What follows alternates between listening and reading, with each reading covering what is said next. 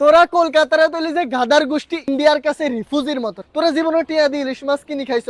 আমরা বাঙালিরা যতাগিন হাগি তোরা অতগুলা দেখোছ না, অতগুলা খানো পাস না তোরা। আর তোরা আমগুলোকে বেটা কথা কস। এই যে আমগো বাংলাদেশে যে বন্যা হইতিছে, বাংলাদেশে যে ফারাক্কাবাদ এতগুলা বাদ ছাড়ি দিছে, ইন্ডিয়ার কলকাতার যেগুলা মূর্খ দলেরা আমগো বাঙালি ভাষায় কথা বলি আমগরে হন মাইতিছে, বলতিছে খুব ভালো হইছে, এইবার তো দেখতেছি তোরা কেমনে পারবি, তোরা তো বাসি চলে যেতেছ, তোরা তো উড়ি চলে যেতেছ। আমগো একটা বান ছাড়ি দিলে আমরা ইন্ডিয়া চাইরোবার দি 32টা বর্ডার দিয়ে মুতি দিলে বাংলাদেশ বাসি যাইব। ইন্ডিয়ার লোকেরা এইসব কথা বলতিছে। তাহলে আপনারা একটা জিনিস চিন্তা করেন যে এই লোকগুলা কত নিচু মন মানসিকতার। হ্যাঁ, তারা একটা বাংলাদেশে বাংলা ভাষায় কথা বলে। এই যে কলকাতায়, এটা কিন্তু আমাকে একটা অঙ্গরাজ্য আছিল, এই বাংলা ভাষায় কথা বলে আমগো নামে উল্টাপাল্টা কথা বলে, আমগরে পচাইতেছে, আমরা মরতেছি, আমরা ডুবি মরতেছি, এই কলকাতার লোকজন খুশি হইতেছে। তাহলে আপনারা চিন্তা করেন একটা দেশের মানুষ যদি এরকম ভাবে যদি চিন্তা ভাবনা করে, তাহলে তাদের চিন্তা ভাবনা কতটা নিচু মন মানসিকতা হইতে পারে।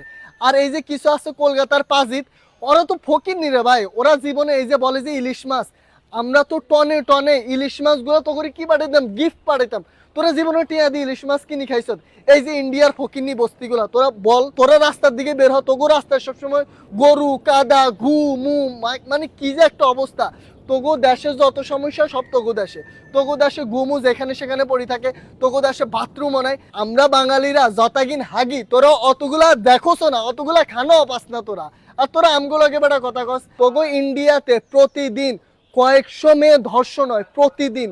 তোরা তো তোদের নিজেদের মেয়েদেরকে নিরাপত্তা দিতে পারছ না। আমগো বাংলাদেশে অডিও হয়, আমগো বাংলাদেশে আমরা যে কোনো জায়গায় হাগি, আমগো বাংলাদেশে যে কোনো জায়গায় গরু ছাগল এরকম হাঁটে, লেড়াই বেড়াই থাকে, হাত পায়ের মধ্যে গুমো মাখি থাকে। আমগো বাংলাদেশে যে কোনো জায়গায় দর্শন হয়, হয় কাকো দেশে, তোগো দেশে, তোগো মতন ফকিরনি দেশে। তোগো না আছে ভালো একটা ল, না আছে তোগো ভালো চিন্তা ভাবনা।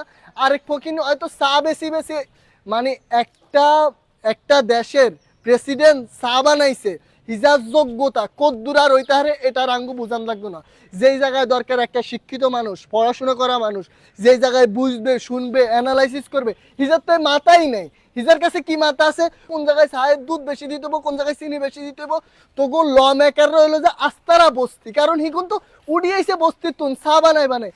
আর আমগো প্রধানমন্ত্রী দেখ, বর্তমান প্রধানমন্ত্রী স্বৈরাচার হাসিনানো বর্তমান প্রধানমন্ত্রীর দিকে তাকায় দেখ, হাতে কি কইছে, হাতে কয়েকবার অলিম্পিকের ভিতরে মশাল দিচ্ছে, হাতে কয়েকবার নোবেল বিজয় হয়েছে। হাতার মতন যোগ্যতা মানুষের কাছে তোর এরকম মুদি চাটা বেসিন না, মুদি মালটাল এগিনের কোনো খানা নাই। এই কারণে বলি অস্থি বস্তিকে মতন চিন্তা ভাবনা করিস না। আরে বাবা, তোকে মতন কলকাতা অস্থি বস্তি লোকে আমরা কি কারণে লাগুম? তোরা কলকাতা যা, আঙ্গো যে পুরান ঢাকার একটা সিবা সাবা আছে না, যে জায়গায় সবসময় ঘুমো পড়ি, তোগো পুরাটা কলকাতা হলে এরকম অবস্থা, রাস্তা দিয়ে হাঁটন যায় না গরুর গুড় কারণে। আরে বাবা, তোরা তো গরুর গুড় এটা খানা হিসাবে নেই, সকালে খাস, দিনে খাস, রাইতে খাস, গরুর মুখ খাস, গরুর প্রস্রাব খাস। তোকে মাথার মধ্যে আর বালা কি আইতে হারে? তোরা ইন্ডিয়ানরা কি বুঝি আঙ্গো বাঙালিগুলোকে লাগো সাই, এটাই বুঝি না। আঙ্গো বাঙালিগুলোকে তোকে যায়, আমগো যায় হলো যে আমেরিকার লগে, আমগো যায় হলো যে চীনের লগে, আমগো যায় পাকিস্তানের লগে। আমগো জন্মসূত্র হইলো অন্যরকম, তোগো জন্মসূত্র হইলো গরুদি, গরুর গদি। তোগো তো কোনো জ্ঞান বুদ্ধি নাই, তোরা কি বুঝি আমগো লগে কথা কথা, আমি এইটাই বুঝতে দিলাম না। আর বিশেষ করে কলকাতা, এই কোন তো আঙ্গুর কাছে দাঁড়াই না। আমরা কতক্ষণ দিল্লির লগে, আমরা কতক্ষণ বড় বড় অঙ্গরাজ্যর লগে, তোগো মতন এইসব আলতু ফালতু কলকাতা হন, মানে তোগো তো নিজস্ব কোনো ভাষা নাই, আসেনি। আমগো বাংলা ভাষা, আমগোর আবার কথা কস, এই জায়গায় তো তোকে লজ্জা লাগা দরকার। এই যে কলকাতার এগুলা আমগো লাগে লাগ দেয়, তোরা কাগো ভাষায় কথা কস, আমগো ভাষায় কথা কস। 1952 সালে আমরা ভাষা আন্দোলন করছি, আমগো দেশের বাংলা ভাষা আমরা নিজেরা আনছি, তোকে কোনো বাংলা ভাষা আছে? আমগো ভাষায় কথা কস, আবার আমগো প্রি ডাঙ্গাই যাস কেন? মানে কোন বুদ্ধিতে যাস? আমরা জীবন দিছি ভাষার লাগে, আমরা ভাষার লাগে আমগো স্টুডেন্টরা জায়গায় জায়গায় মরছে, হাহাকার করি। এটা আন্তর্জাতিকভাবে ভাষা দিবস হিসাবে পালন করে, আন্তর্জাতিক। তোগো আছে কোনো আন্তর্জাতিক? তোরা জীবনে দেখছ আন্তর্জাতিক কেটে জানোস, নামও তো মনে জানোস না।